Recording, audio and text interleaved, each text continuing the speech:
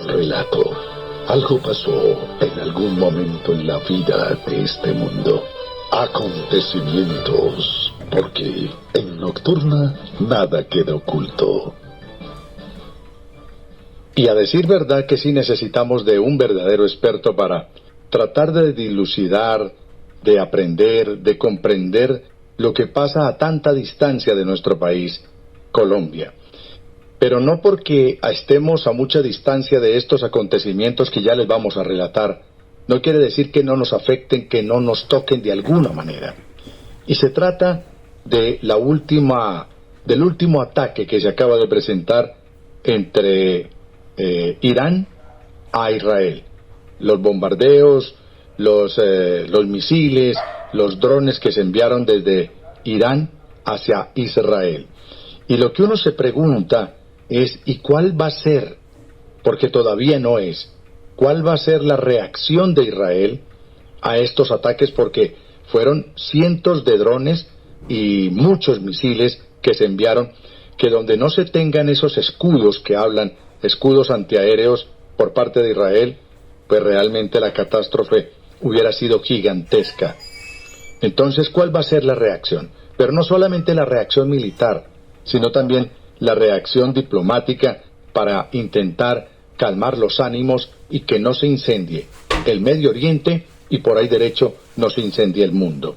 Para este experto, para este tema, un experto, nadie menos y nada más y nadie más que el señor coronel Luis Alberto Villamarín.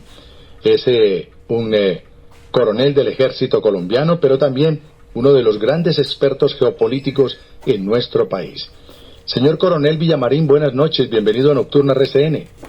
Julián, buenas noches, como siempre muy honrado con estar en su programa. Y yo feliz de tenerlo aquí para que nos ayude a comprender y nos oriente con sus estudios, sus análisis que hace y que mantiene tan actualizado, porque esto no es de ahora son estos actos de reacción, pero esto viene de tiempo atrás. ¿Cuál puede ser esa reacción de Israel, señor coronel? Y la gente está pendiente de eso porque ya sabemos que con una incursión abominable, detestable que hizo el grupo terrorista Hamás a Israel, pues la reacción ha sido 10.000 veces superior por parte de Israel a la Franja de Gaza.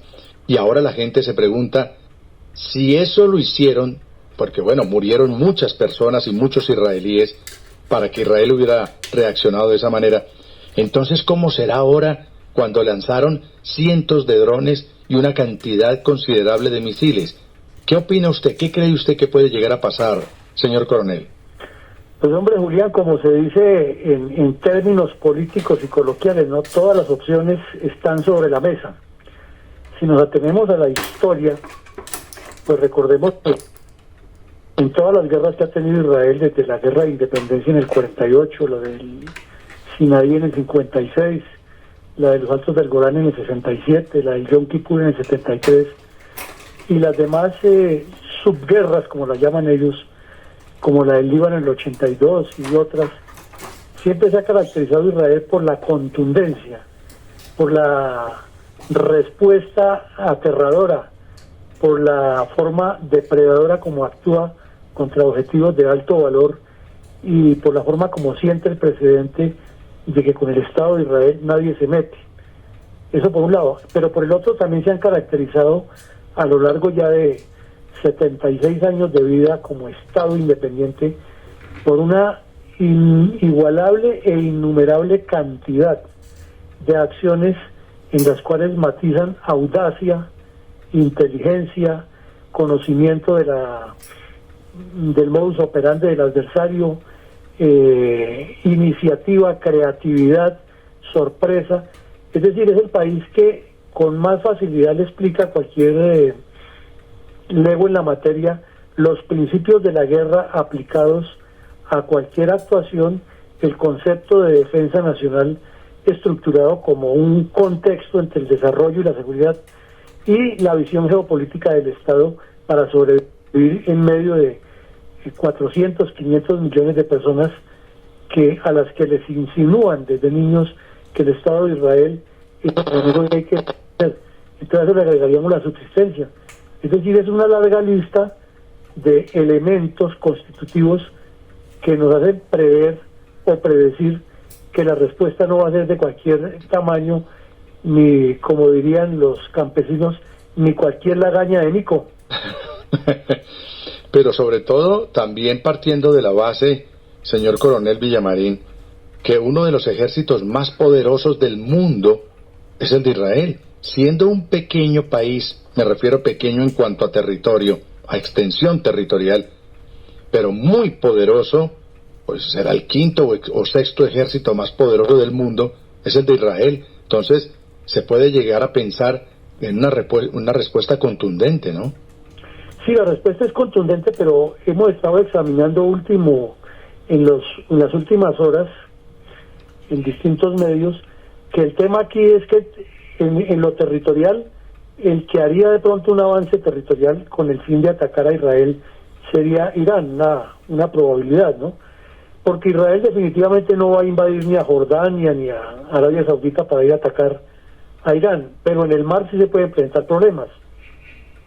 O porque las fuerzas proxies de Irán ataquen alguna embarcación militar estadounidense o iraní o israelí, o porque continúen con la acción que ya tomó Irán de secuestrar embarcaciones que pertenezcan o que tengan relación con Israel, o porque los hutíes desde Yemen continúen cometiendo ataques contra embarcaciones comerciales que dicen que pertenecen a Israel o que tienen intereses allí.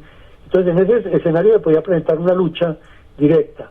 Pero la otra sería de muchos misiles, muchos drones de va y viene, a ver cuál tiene más capacidad de defensa antiaérea, y pues naturalmente Israel le lleva la ventaja porque además cuenta con el apoyo permanente de Estados Unidos. Y la otra serían las famosas operaciones de comandos a las que nos tienen acostumbrados los israelíes desde siempre, como Entebbe, como las bajas de los cabecillas, como lo que hicieron la semana pasada de eliminar a los 7 militares iraníes, etcétera. La lista es larguísima. Claro, pero coronel, dicen los estudiosos, los conocedores de estos temas geopolíticos e internacionales, que Irán nunca enfrenta una guerra de manera directa, sino que lo hace en cuerpo ajeno, ya sea patrocinando o apoyando a Hamas, a Hezbollah, el grupo del Líbano, o a los hutíes, como usted los acaba de mencionar, de Yemen. Secuestran barcos, dañan embarcaciones, perturban el tránsito marítimo. Entonces dicen, ellos sí actúan, pero no de frente. Y lo otro, señor coronel, pues que Irán también tiene aliados, también tiene amigos, también tiene gente que dice en cualquier momento, pues hermano, yo le echo una mano. Y estamos hablando de Rusia, estamos hablando de la misma China, de la misma Corea del Norte, y entonces ya estaríamos en un conflicto de grandes proporciones, ¿no? Claro, es que vamos por partes. Irán asumió esa actitud es contra Israel, porque en la guerra que tuvo Irán con Irak en los años 80 fue frontal, fue de frente. Contra Israel ha asumido esa posición, y parcialmente en Yemen, alimentando a los hutíes, particularmente durante la guerra que vino después de la primavera árabe, en la que un sector hutí de línea chiita intentó tomar todo el control del país y combatió muy fuerte contra otro sector que es apoyado por Arabia Saudita, que es sunita. Finalmente terminaron en un statu quo, hay un empate técnico que no se ha resuelto, y entonces los dos países están controlando allí. Pero contra Israel se han desarrollado lo que llaman la guerra en la sombra, la guerra secreta de lado y lado, porque no solamente de Irán hacia Israel. Aquí el tema fue que rompieron ese esquema, e Irán demostró que en cualquier momento puede atacar a Israel con mucha contundencia. Por suerte para Israel, la respuesta también fue muy acertada, pero los costos son altísimos para los dos países, porque Irán gastó más o menos 300 millones de dólares en cohetes, y la respuesta de Israel vale lo mismo, porque son cohetes, para destruir cohetes tienen que ser del mismo porte o más costosos. Entonces ahí hay una guerra secreta. Ahora, la utilización de esos grupos que usted menciona es lo que llaman los proxies, y le faltó mencionar a otros que son muy importantes, que son las milicias que nacieron en Irak después de la invasión de Estados Unidos, orientadas por los chiitas y que son financiadas por Irán, habida cuenta que como Saddam Hussein era sunita, Irán necesita un proxy muy fuerte que sea Irak, y le compra la conciencia como de lugar, y por eso tiene las milicias allí metidas, y esas milicias son las que han atentado contra unidades estadounidenses, y el sábado por la noche participaron en el lanzamiento también de misiles desde ahí contra Israel. Entonces sería una guerra diferente, y por eso decimos que las operaciones que haría Israel probablemente son quirúrgicas sobre objetivos de alto valor muy definidos, pero contundentes, y no nos quede la menor duda que van a ser. Y lo otro, señor coronel, usted dice que serían una guerra quirúrgica, es decir, de un bisturí muy fino para ir cortando los terrenos por donde se quiere entrar o lo que se quiere combatir, porque para eso está, por ejemplo, el servicio de inteligencia del Mossad de los israelíes, pues que comparado con el resto dicen que es, si no es el primero, es el segundo más importante del mundo, más desarrollado. Prácticamente cualquier ciudadano israelí es un integrante del Mossad en mayor o menor grado, y entonces pues eso tiene su importancia. Será una guerra de mucha inteligencia militar, ¿no? Es que todas las guerras tienen mucha inteligencia militar, y Israel ha sido maestro y ejemplo en eso. Y claro que lo van a hacer, pero es que la cirugía de ellos siempre el remate es contundente. Nunca es un remate suave, sino demuestran que tienen la autoridad y que están vengando algo que es muy fuerte. Este 7 de octubre, con la incursión terrorista de Hamas, marcó un antes y un después en la historia de Israel, y eso no se les olvida.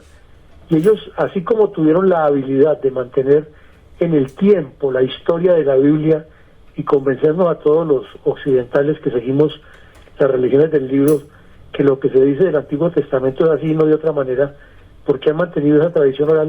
Asimismo su gente se forma con estos eventos trascendentales, y este fue muy trascendental porque es que les causaron más daño que inclusive en los ataques que le hicieron en el Yom Kippur, que fueron con aviones y fueron ejércitos regulares, y aquí entraron una horda de bandidos y asesinaron un montón de gente, violaron mujeres, violaron niñas, asesinaron niños, descuartizaron personas, y todo eso quedó en el ADN, y la venganza la cobran contra los que lo hicieron directamente, que son los de Hamas, pero también los de Irán, y a eso sumémosle que este fin de semana los atacan. Eso no se les olvida.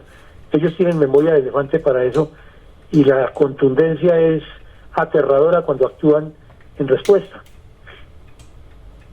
Claro, coronel, se dice, por ejemplo, que cometemos una equivocación cuando nos referimos a Irán, decir es que Israel está atacando a un país árabe. Y dicen los expertos que del año 79 para acá, de 1979 para acá, y los iraníes no son árabes, son musulmanes. Y en el mundo existen aproximadamente 1.800.000 musulmanes. Y que eso tiene una connotación, porque muchos ahora, cuando Israel ataca a Irán o se refiere en determinados términos a Irán, dice que se está insultando a la comunidad musulmana, no a la comunidad árabe. Por eso empiezo a entender, señor coronel, por qué algunos países de corriente árabe apoyan a Israel e incluso facilitaron en este ataque masivo que hizo Irán hacia Israel hace unas cuantas horas, hace 72 horas. Por eso dicen que algunos países árabes apoyaron a Israel, porque con Irán hay una diferencia entre lo árabe y lo musulmán. Mejor dicho, desde el año de 1979, desde el Ayatollah, se declara a los iraníes como musulmanes. Bueno, son desde tiempo atrás, pero se define desde 1979 no como árabes, sino como musulmanes. Pues es que esta es una historia bien larga. Resulta que cuando el profeta Mahoma murió, pues quedaron los herederos, y finalmente quedó Ali, que era el casado con la hija de Mahoma, y a él lo consideran un sector de los musulmanes como el heredero de la doctrina islámica, pero ellos se partieron en un grupo más pequeño que se llamaron los chiitas. Los demás, que aplicaban todas las sunas, que eran como las enseñanzas que ha dejado el profeta, las normas de comportamiento, toda esa reglamentación, eran más grandes y se asentaron en esa región, además en la región de donde era originario el profeta. Entonces los musulmanes sunitas comenzaron a extenderse y a conquistar el mundo y llegaron hasta Granada en España y el norte de África y todo el sur de Europa. Iban conquistando y dominando con la espada y con una cultura que nos dejó a todos, los occidentales, muchas cosas, comenzando por el álgebra, ¿no? Entonces, después de eso, de ese problema que hubo allí, invadieron a Persia, que era el imperio persa, el imperio de Darío, de Jerjes, de los grandes guerreros, un imperio que fue muy fuerte y que tuvo guerras con todos los vecinos y llegó a conquistar el Asia Central y luego se devolvió. Bueno, la historia de la humanidad que es tan compleja. Entonces, cuando los árabes musulmanes dominan a Irán, le imponen el Islam por la fuerza, y ellos les dicen, está bien, les aceptamos el Islam, pero no es de ustedes, no es sunita, sino es chiita. Y esa es la razón por la que en la antigua Persia, que es el Irán de hoy, sean persas, no son árabes, sí son musulmanes, pero son chiitas. Entonces, como ellos han tenido riqueza y han venido desarrollándose, porque el petróleo apareció en uno de los primeros países que apareció fuerte, fue allí en Irán, se fueron fortaleciendo y quieren conquistar el mundo musulmán y hacer que sean los chiitas los que dominen. Entonces ese arco que se forma entre Siria, Líbano e Irak, lo quieren dominar, y abajo hacer como una especie de tenaza con el Yemen, donde también hay chiitas. En los otros países hay algo de chiitas, no tanto, hay en Kuwait, hay en Omán y Mascate, y hay en Bahrein y en Qatar, pero no tienen la misma cantidad que sí hay en Siria, en Irak y en el propio Irán. Entonces ahí está el problema, que entre ellos también pelean. Hubo una guerra, como le decía, muy fuerte entre Irán e Irak cuando Saddam Hussein era presidente, y Arabia Saudita metió la mano por Saddam Hussein porque también era sunita, y Estados Unidos utilizó todo el apoyo para Irak en esa época por medio de Arabia Saudita. Luego ya conocemos el problema, que peleó Saddam Hussein con Estados Unidos y fue cuando Papá Bush lo invadió, pero la pelea entre chiitas y sunitas sigue marcada, o sea que es religiosa, es por petróleo, es por dominio geopolítico, y es también por la historia de que estos no son árabes, son musulmanes. Un enredo nada fácil de resolver. Es verdad, y se lo planteé porque quería tocarle su inteligencia, quería tocar su bagaje intelectual, su bagaje histórico, que yo sabía que no lo iba a corchar, pero sí lo que quería era que nos ayudara así brevemente, de la manera tan sencilla y tan clara como nos ha enseñado esta noche, lo que es este nudo gordiano, este verdadero enredo. Y si a ese nudo le agregamos la mano de las potencias, de Inglaterra, o de los ingleses y de Inglaterra, de los americanos y de tantas otras, los franceses metidos en todo esto, pues esto es un tema de nunca acabar, porque por eso vienen los atentados en un lado y en otro, ¿no, coronel? Sí, claro, es que mire, yo les recomendaría a los oyentes de ustedes que se lean las teorías geopolíticas de Hartford Mackinder. Él fue un geógrafo inglés especialista en geografía política, que luego le dio nacimiento a la geopolítica con otros autores y con otras visiones. Y él consideró que quien domine la gran isla, ¿qué es la gran isla? La gran isla pues es Eurasia, Asia y Europa, y el África porque es una sola isla. Eso se vino a romper fue cuando le abrieron el canal de Suez, pero es una sola unidad continental, es un solo paquete. Entonces, quien domine ese paquete pues dominará el resto del mundo, que ya no le queda sino la Oceanía o Australia y América. Y dice en su teoría que por la mitad pasa un pivote geográfico, que ese pivote geográfico toma desde el norte del Asia, baja por el Cáucaso, entra al Oriente Medio, y quien pase por esa franja donde casualmente han ocurrido los grandes eventos de la transformación de la humanidad, va a controlar el mundo, y estamos ahí en ese momento. Entonces estamos en una situación que China, como usted lo mencionó, está avarienta de coger a Taiwán, no tanto porque les interese Taiwán en sí la isla, posicionarla, es que lo que les interesa es la salida al Pacífico y proyectarse hacia el sur y controlar todo el océano Índico y llegar a la Antártida y a la isla de Madagascar que está en África y tener todo ese control como un trofeo de guerra. Y además Corea del Norte quiere unificar las dos Coreas, pero en una dictadura comunista que desde luego tiene la mano detrás, la mano oscura de China. Y Rusia quiere quedarse con Ucrania para volver a ser la antigua Unión Soviética. Entonces serían los más interesados en que el reverbero se prenda y comience a vomitar lengüetas de fuego en el Medio Oriente para que allí Estados Unidos se engolosine, sabiendo que la teoría es muy clara, que quien controle esa zona controla el mundo, mientras ellos dominan el resto y avanzan hacia allá. O sea, es una cuestión ambiciosa que las generaciones que nos sucedan tendrán que seguir lidiando con este problemita. Y no solamente un tema territorial, sino el tema energético, ¿no, coronel? Claro, porque mire, usted lo acaba de mencionar, usted entra por Azerbaiyán y sigue por todos los países que terminan en TAN, o sea, los del Asia Central, y todos tienen recursos energéticos de gran calidad y de gran cantidad.